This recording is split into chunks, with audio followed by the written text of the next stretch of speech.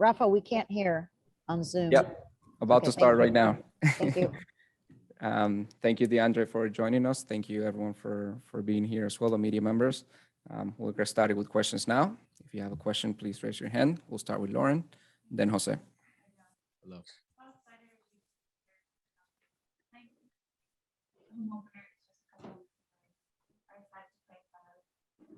Yeah, I'm extremely excited. When I was in Turkey, and it was getting closer to the point of where I'd be signing, I was looking at videos on YouTube and just looking at the fans, looking at the atmosphere, and it looks amazing. So, been out at the stadium for a little bit just to look around, and it looks amazing. I can't wait for February 26th, see the home opener. Hoping everybody will come out and support the team, because it's a huge advantage for us if we can get everybody out there supporting us. So really looking forward to playing in front of everybody, and very happy to be here. Next question, Jose, then Franco, then Michelle. Hello.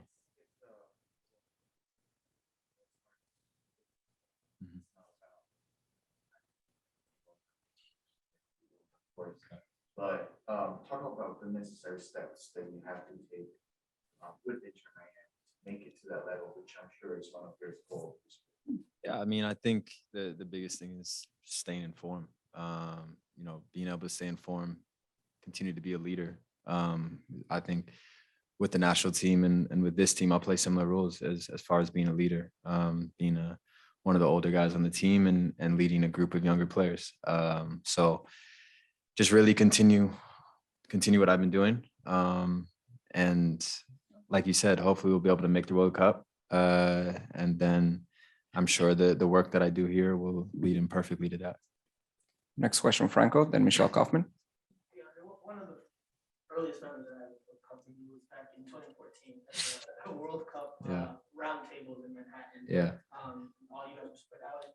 You were still fairly new. Yeah. Fairly new. National team. Yeah. You were starting your career. Your table was fairly empty. Yeah. I remember you sitting there.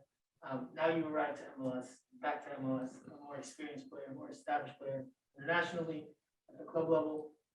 What kind of player is returning to MLS and joining Inter Miami now, obviously compared to the one that started 8-9 years ago?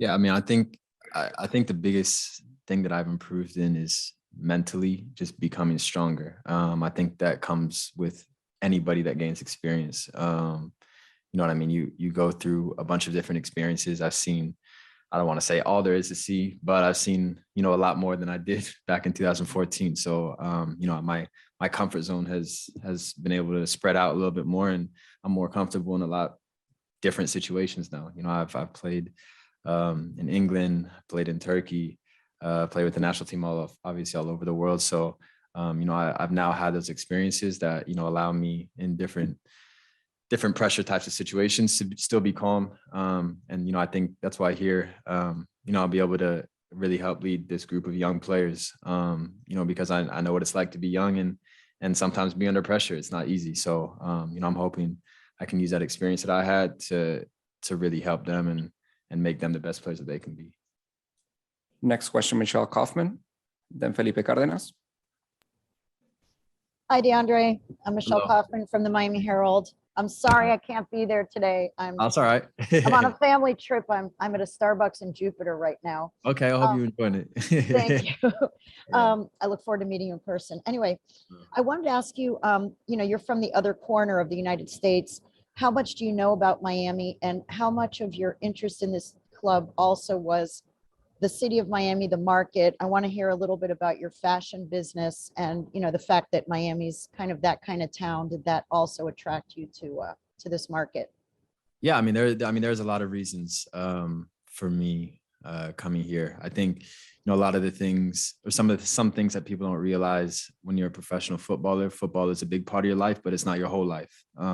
I now have a daughter She was born in September.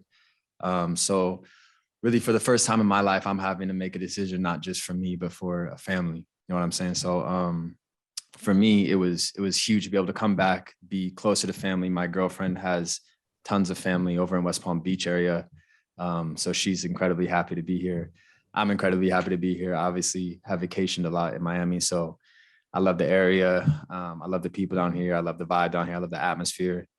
So when I was presented with the opportunity to be able to come here and be able to play the sport that I love, it was really a no-brainer. Tell me a little about the fashion business. Yeah, What kind of, the how did you fashion- get started in that, and what exactly is it? Yeah, I mean, the fashion stuff, I've really, since I've got a little bit of money since I turned professional, I really started to get into it. And, I like to think of myself as quite a creative person. It's not just fashion. I love music, anything that really has to do with creativity, art, anything like that. I really enjoy it. But fashion is kind of that outlet when I just need to mentally sometimes get away from the game. Fashion is that kind of that outlet for me.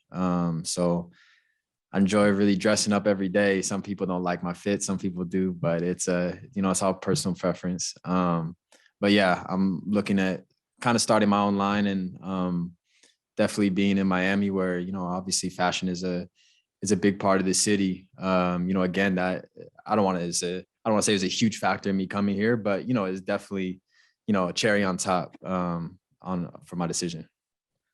Next question, Felipe Cárdenas, The Athletic, and then Tom Bogert. Hey, DeAndre, Felipe Carlos Hello. here with The Athletic. How are you? How you doing? I'm doing okay.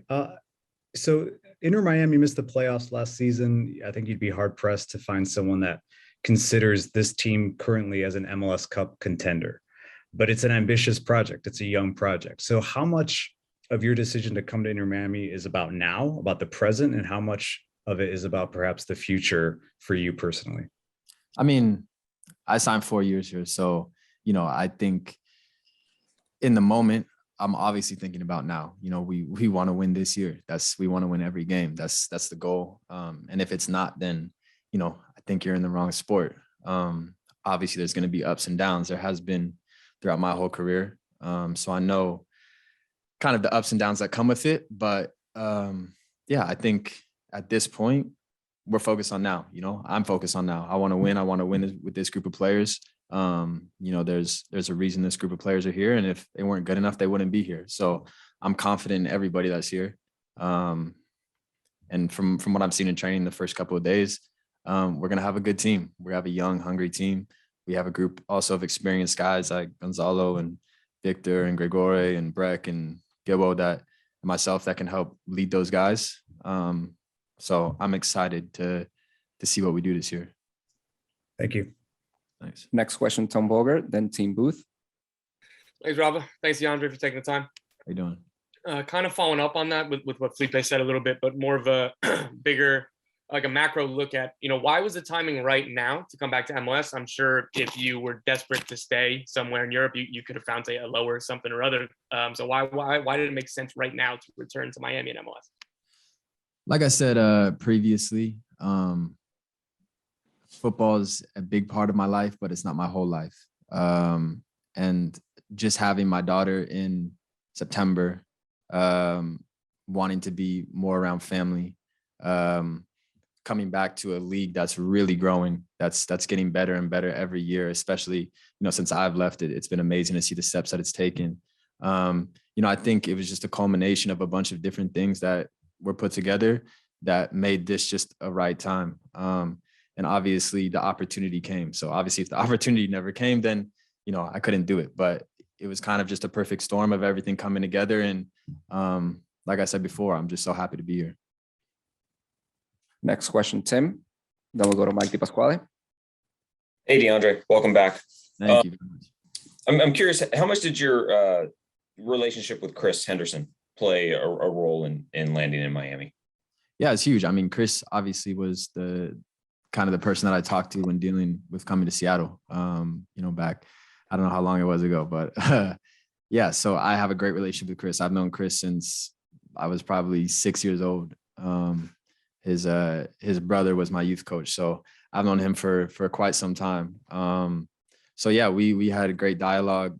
you know, and he was telling me about, you know, obviously this project and just the ambition of the club. And it seemed like a perfect fit for me. So, yeah, going back to your question, it was huge. I mean, Chris kind of played a vital role in that, and I really trust him and trust what he has to say. So I'm fortunate to be able to work with him again. And then sort of on a big picture level, you're obviously hoping this year ends for you playing in Qatar in November and December. During your first World Cup experience in 14 in Brazil, the World Cup landed in the middle of the MLS season. I think you'd only played about a dozen MLS games before that. Does the fact that it's at the end of the club season this time around, does that change, or how does that change any approach that you have toward the season, knowing that that's sitting out there at the end of the year? I mean, yeah, I've always been, I think some players would maybe try to protect themselves and, you know, I don't want to get injured and, you know, this and that. I've always been somebody that likes to live in the now. I like to live in the present, and whenever I'm on the pitch, I give it my all. So there's not going to be any backing out of anything or anything like that. You know, I take some training days off. No, this is what I'm focused on now. It's the season. And then when hopefully the World Cup comes and hopefully we've qualified for that, then it's time for that. And then back to another season. Yeah, nobody has to worry about that. I'm not going to be cutting any corners or anything. I'm going to give it my all this whole season. Next question, Mike DePasquale, then Keith. Thank you, Rafa. Hi, DeAndre. Mike DePasquale, the Fox affiliate here in Miami. Jason said moments ago, and Phil said over the weekend, that your experience with the national team brings to this club the big game experience. Can you talk about, when they say that to you, what does that mean to you? I think it's all perspective. I think big game experience. For instance, if you asked me that back in 2013, I'd say big game experience is, you know, playing Seattle versus Portland. You know what I mean? If you ask me that now, I'd say it's playing in the World Cup or playing Galatasaray versus Fenerbahce, or, you know, whatever you want to do, Newcastle versus Sunderland. So it's really all perspective. But for me, just all those games that I've mentioned, all those situations I've been put in, they all play a part. They're all part of the experience that I now have, and experience that a lot of these players, a lot of the younger players don't have. So like I said previously, if I'm going to do whatever I can do to pass along that knowledge and that experience that I've got from those games and the mistakes that I've made in those games and also the positive things that I've done in those games. I'll try to pass it along to the younger players the best way I can to make them the best that they can be. Next question, Keith from Sky Sports, then Ian Hest.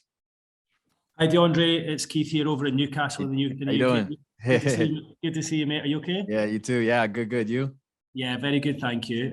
Congratulations on your move. Sorry to take you off topic a little bit, but I just wanted to ask you. I want to ask you about Newcastle. Obviously, Okay. we've had a massive story here over the last 3-4 months with the takeover at the club. Yeah. The city is just alive at the moment. Things are on the up. How have you seen it from looking on from Turkey and obviously being in the US now? Yeah, it's exciting. It's very exciting. You know, I've talked to Jamal, I've talked to Dwight, kept in touch with them. You know, they have nothing but good things to say, obviously. So it was a great win. Was it yesterday for you guys? Yeah, yesterday. Great win.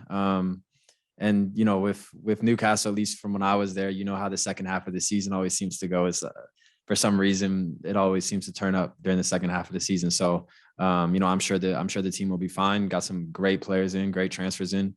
So I'm looking forward to seeing what the team can do the rest of the season and then seeing, you know, what is left for the future. Next question, Ian, then back to Franco. Hey, DeAndre, nice to meet you. Ian Hess with the Heron Outlet. How are you? Yeah. I kind of want to build off of what Keith just asked and the idea of what the coverage in the US has been in the past couple of years, especially with the Premier League. You got a lot of attention with NBC Sports and with them showing the games and getting to see a lot more soccer on television, but also with the improvement in MLS over the past couple of years. How much did that play a role in you deciding to come back home and try and really revitalize a lot of U.S. men's national team soccer? Yeah, I mean, it is huge. Obviously, if, you know, I'd felt the level was not right, then at the moment I wouldn't have come back. You know, I think just watching on for the last, I don't know how long, 7 years or so, watching how the league has grown has been unbelievable. Seeing the players that they're bringing in, seeing, you know, the young players that are now, you know, building that confidence and leaving the massive teams in Europe. You know, I was talking to Tyler Adams the other day. I was just saying it's amazing to see how many of you guys have, you know, gone to these huge clubs and not only gone there, but are doing big things at big clubs. It's incredible to see, and it just shows how much football or soccer is growing in the US. So yeah, like I said, some guys are going the other way. I'm coming back. You know, I think the league is a great league, and I think it's obviously still growing. So, you know, hopefully I can be a big part of the continued growth. And we'll do the last 3 questions. We'll go to Franco, then Mike DiPasquale, then Michelle Kaufman. Yes.